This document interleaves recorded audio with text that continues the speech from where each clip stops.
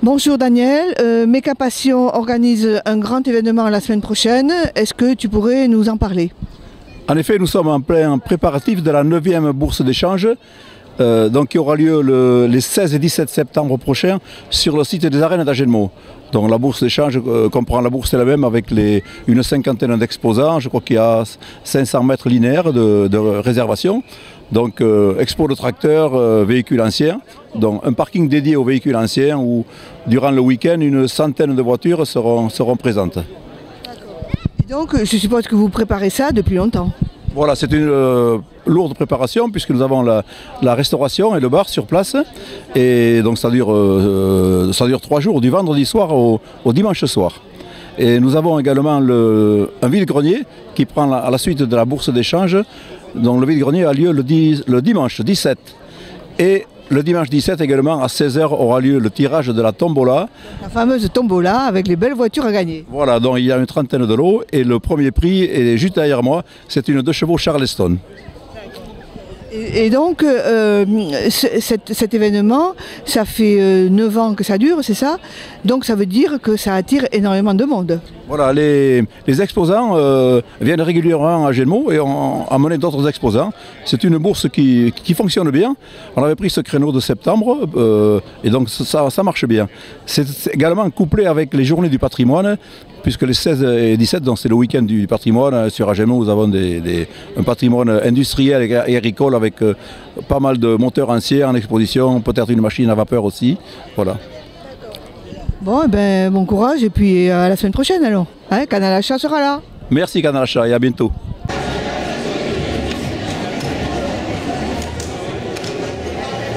Bien, bonjour, est-ce que vous pouvez nous expliquer ce que vous faites ici au Forum des associations? Donc nous sommes l'association Mémoire d'Allier, donc nous avons été créés à Agetmo en 2019 et nous sommes une association de reconstitution historique. Donc nous faisons des commémorations, des défilés, mais aussi des tournages pour des documentaires, des séries, des films. On fait tout ce qui est les défilés en Normandie, dans le Pas-de-Calais, en Provence également. Et on est là pour honorer la mémoire des soldats alliés 39-45. Donc c'est les soldats américains, soldats français, soldats anglais.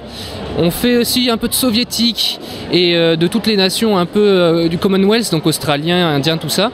Et notre but c'est donc d'honorer la mémoire de ces anciens combattants. On fait également donc tout ce qui est des conférences tous les ans donc à l'école d'Agetmo, à l'école primaire pardon. Et donc notre rôle justement c'est de transmettre aux jeunes générations cette part de notre histoire et surtout leur faire prendre conscience de ce devoir de mémoire. Et donc vous dites, vous êtes installé à Agenmo depuis quelque temps? 2019, voilà. Nous avons fait le centenaire de l'armistice de 14-18 en 2018, donc le 11 novembre 2018.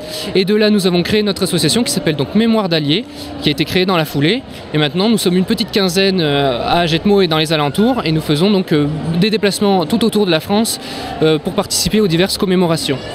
Donc pour ça, vous faites des recherches historiques, vous faites pas ça, ça se fait pas comme ça du jour au lendemain. Bien évidemment, toutes nos commémorations, tous nos défilés sont préparés à l'avance.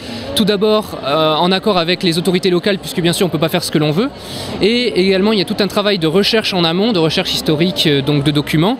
On se met là avec des associations historiques, avec des centres des archives départementales, pour essayer de trouver donc dans les archives des documents qui peuvent être présentés au public et qui nous permettent, nous, de mieux comprendre et de mieux présenter au public de la façon la plus historique possible, quoi. Donc vous êtes une association sérieuse? Voilà, une association... alors, il y a quand même une part d'humour quand même, on fait ça dans la détente quand même, mais on s'est resté sérieux quand il le faut, quoi. Pour les défilés, pour les commémorations, on reste sérieux, mais on a aussi nos petits moments à nous où on se retrouve juste entre membres de l'association, on monte un camp, on fait un barbecue le soir et c'est vraiment une ambiance très conviviale et beaucoup de gens n'imaginent pas en fait qu'il y a ce côté convivial tout autour de cette ambiance purement militaire, quoi. Bien, merci beaucoup.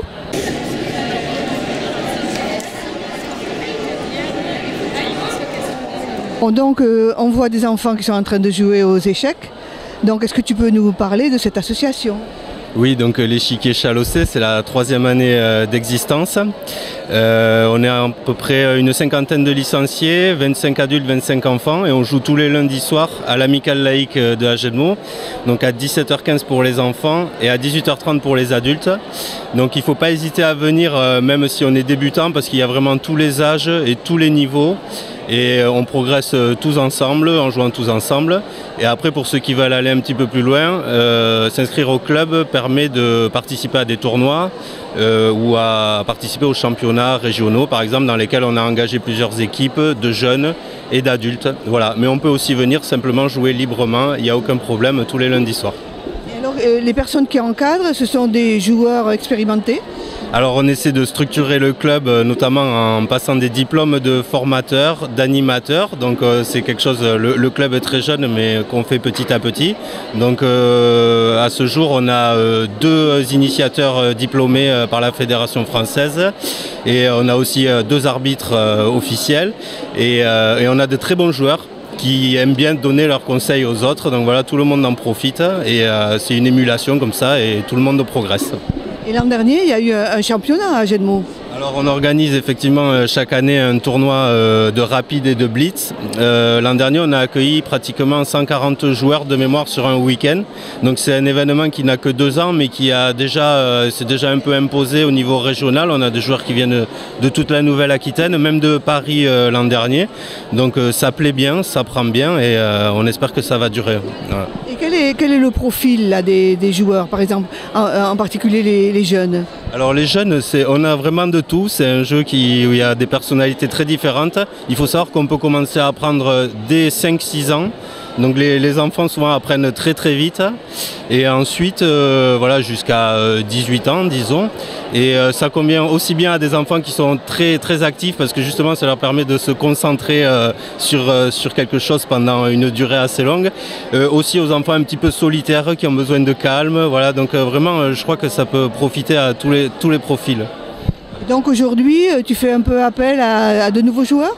Alors oui, tout le monde est le bienvenu. Nous, on a suffisamment de licenciés, je vais dire, mais on est intéressé pour regrouper tous les joueurs ou ceux qui sont intéressés d'Agenmo et au-delà de la Chalosse, parce qu'on est un club qui rayonne sur un rayon de 30 km, on va dire, parce que les clubs les plus proches sont à Mont-de-Marsan et à Dax.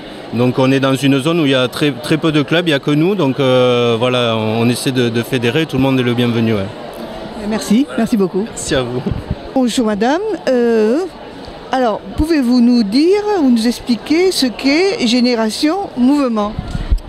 Alors, Génération Mouvement, c'est une association loi 1901 qui existe depuis les années 60 à peu près, qui s'appelait les aînés ruraux et qui avait pour mission au départ à animer au niveau des villages les retraités agricoles qui jusqu'alors n'avaient pas l'occasion de voyager, de se distraire, etc. Donc la mutualité sociale agricole a initié ces groupes de retraités agricoles pour les accompagner dans leur vie de retraité. Bon, après, là, avec le temps, l'évolution de la société, l'évolution de beaucoup de choses, des besoins et de nos campagnes qui ont également énormément changé, beaucoup moins en résumé, beaucoup moins d'agriculteurs, beaucoup plus de ruraux, de gens qui habitent nos villages mais qui travaillent ailleurs, des retraités qui ont fait leur vie professionnelle ailleurs, parce que nous sommes terre d'accueil quand même, les Landes, et donc il y a beaucoup aussi de personnes d'autres régions qui viennent, qui achètent et qui habitent nos campagnes. Donc ces clubs qui ont duré ont pour mission de renforcer le lien social, de permettre que les gens se rencontrent, se distraient.